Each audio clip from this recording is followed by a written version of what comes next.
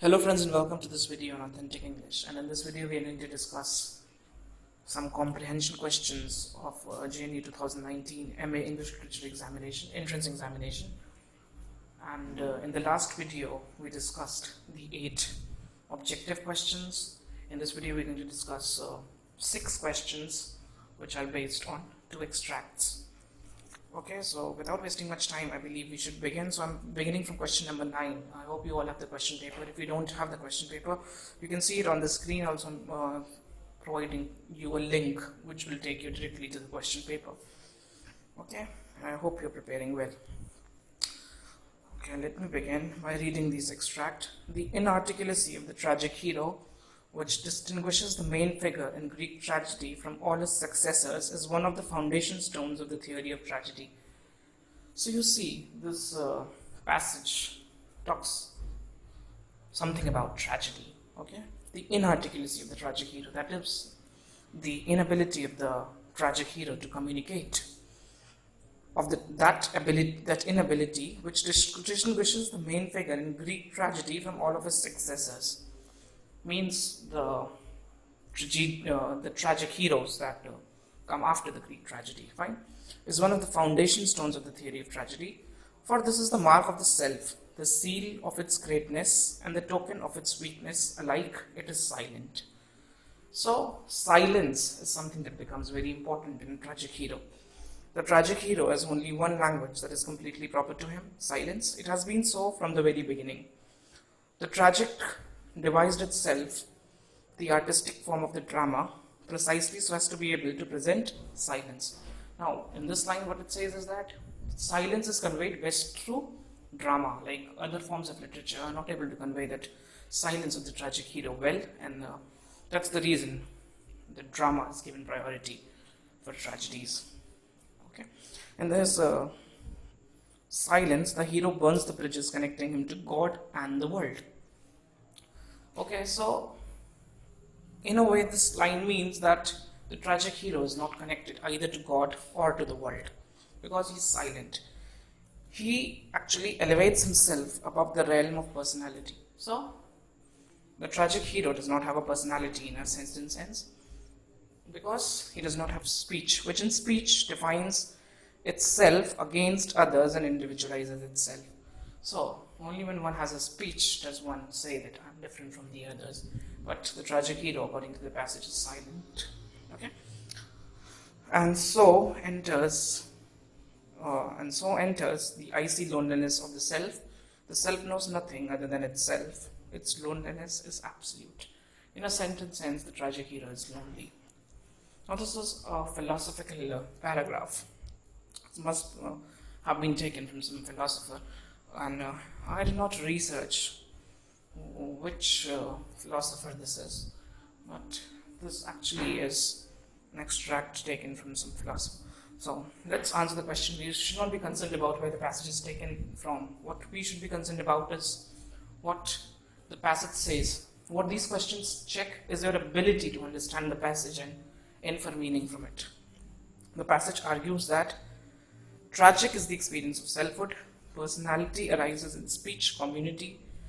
C, we should think of selfhood in distinction from personality. And D, all of the above.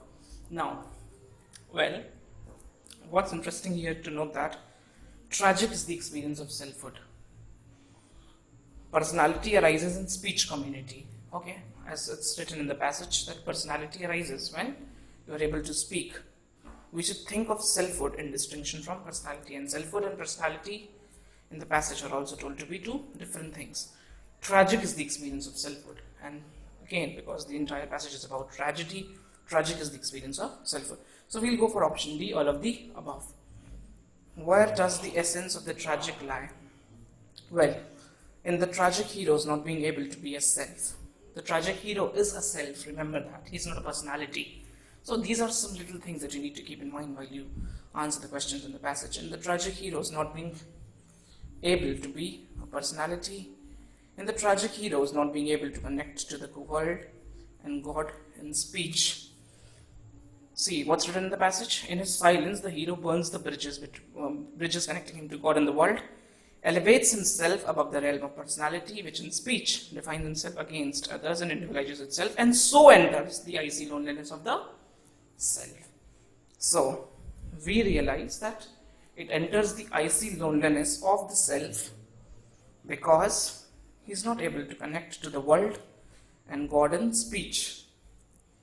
Fine, so I think we should go for option C, when the tragic hero is not being able to connect to the world and God in speech. The writer offers a neoclassical theory of tragedy, which I think it is not. A Marxist conception of tragedy, not at all. A psychoanalytic conception of tragedy. This is something that can be confusing because this is not a psychological passage. It does not talk about any character's mindset. Here it talks about a genre. Okay? A psychoanalytic conception of tragedy. This is something that many people will think is the right option to this question. But according to me, the right answer, and not according to me, I'm telling you the right answer. In fact, the right answer is none of the above. It's because it's not a psychoanalytic conception of tragedy. It's a philosophical paragraph, and you have to distinguish between psychoanalysis and philosophy. This is philosophy. It's not psychoanalysis. This is not talking about something that's being suppressed in the brain. This is not related to psychology.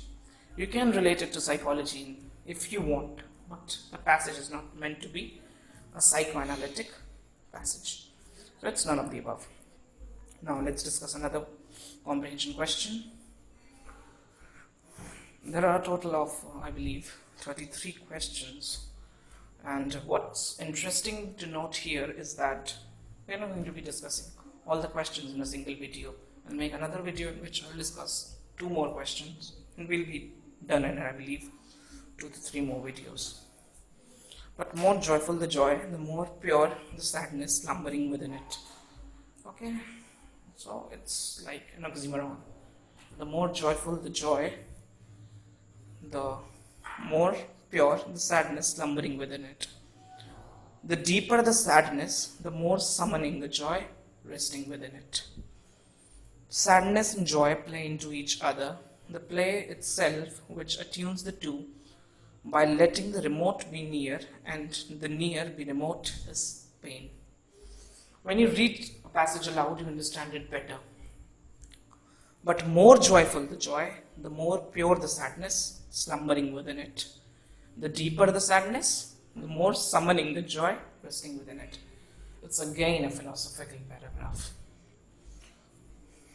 The more joyful the joy, summoning, resting within it. Sadness and joy play into each other. The play itself, which attunes the two by letting the remote be near and the near be remote, is pain. This is why both highest joy and deepest sadness are painful, each in its way. But pain so touches the spirit of mortals that the spirit receives its gravity from pain. That gravity keeps mortals with all their wavering at rest in their being. The spirit which answers to pain, the spirit attuned by pain and to pain, is melancholy. It can depress the spirit, but it can also lose its burdensomeness, lets its secret breath nestle into the soul, bestow upon the jewel which arrays it in the precious relation to the world, and with this raiment shelters it. The writer here offers, again, psychoanalytic, psychiatric, sociological, historical conception of pain, and none of the above. Again, it seems to me that it is none of the above. It's not sociological, historical, it's not psychiatric, it's not psychoanalytic, it's philosophical. Okay, so I'll go for option D. The writer shows here that joy and sadness are identical to each other. Melancholy is the attunement of the spirit and is essentially related to the poetic word. Melancholy is depressive and burdensome, and the poetic word symptomatically discloses it. And D, all of the above. Well, this is where joy and sadness are identical to each other. In a certain sense, they are. That's what the passage tries to be. The deeper the sadness, the more summoning the joy resting within it. sadness and joy play into each other, but are they identical? Melancholy is the attunement of the spirit. Let's find this word attunement. That gravity keeps mortals with all their wavering at rest in their being. The spirit which answers to pain, the spirit attuned by pain, and to pain is melancholy. Okay, melancholy is the attunement of the spirit which answers to pain, the spirit attuned by pain. Of course, so option B is correct. Melancholy is the attunement of the spirit and is essentially related to the poetic world. Okay, it can depress the spirit. So melancholy does depress the spirit. Melancholy is depressive. But it can also lose its burdensomeness. So that means melancholy is depressive and burdensome. That is also correct. And the poetic. So according to me, the option is D, all of the above. Melancholy here is understood as a psychological state of a depressive individual, a spiritual, mystical union of human beings with God, an existential attunement of the mortal with the world, and none of the above. Here, the answer is C, an existential attunement of the mortal with the world. And why is it C? You can argue that as well. It's because it's not a psychological state of a depressive individual. It's not talking about any individual for that matter. It's talking about joy and it's talking about human nature in general. It's philosophical. A spiritual, mystical union of human beings with God. Is it that? A spiritual, mystical union of... Melancholy is not a spiritual, mystical union of human beings with God.